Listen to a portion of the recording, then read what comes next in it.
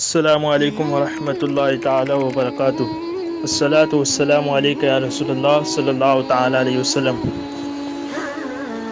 الحمدللہ، آج عرس اعلیٰ حضرت کے موقع پر اعلیٰ حضرت کی بارگاہ میں کچھ خراج عقیدت پیش کرنے کے لیے حاضر ہوا ہوں۔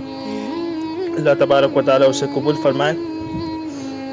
آج میں کچھ اعلیٰ حضرت کے القاب کے متعلق بیان کروں گا۔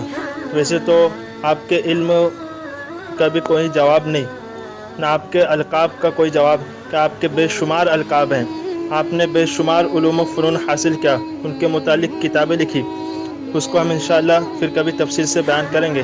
آج میں بیان کروں گا کہ اعلیٰ حضرت کے 10 القاب، 10 ایسے لقب جو بہت مشہور ہیں، اور کس نے وہ لقب دیے اس کے متعلق۔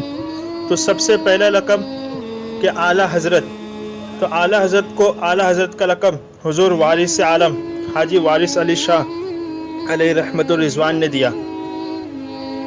دوسرا لقب قطب الارشاد، یہ شیخ طریقت حضور سید علی حسین اشرفی میاں کی چھوچھوی رحمۃ اللہ تعالی علیہ نے دیا۔ مجدد اعظم، یہ لقب حضور محدث اعظم ہند سید محمد اشرفی الجیلانی رحمۃ اللہ تعالی علیہ نے دیا۔ امام المحدثین، یہ لقب علامہ وسیع احمد محدث سورتی علیہ رحمت الرضوان نے دیا۔ اور ایک روایت میں یہ بھی ہے کہ پہلے تو آپ یہ جان لیں کہ محدث علامہ وسیع احمد محدث سورتی علیہ رحمت الرضوان نے خود 40 سال تک حدیث کا درس دیا۔ جو خود شیخ المحدثین ہیں وہ اعلیٰ حضرت کو لقب دے رہے امام المحدثین، اور ایک روایت میں کہ امیر المؤمنین فی الحدیث کا لقب دیا۔ پھر مرجع کائنات اسلام، یہ لقب علامہ ارشد القادری علیہ رحمت الرضوان نے دیا۔ جامع معقول و منقول، یہ لقب صدر الافاضل علامہ سید نعیم الدین مراد آبادی علیہ رحمت الرضوان نے دیا۔ معین الاسلام، حضرت علامہ سید شاہ عبد الصمد فپون شریف رحمۃ اللہ تعالی، انہوں نے آپ کو معین الاسلام کا لقب دیا۔ یہ فپون شریف ایک یوپی میں جگہ ہے، بہت مشہور خانقاہ ہے۔ پھر محقق عصر، یہ لقب حضرت علامہ الشیخ عبداللہ بن حمید حنبلی مکہ مکرمہ کے جو بہت بڑے عالم ہیں انہوں نے دیا۔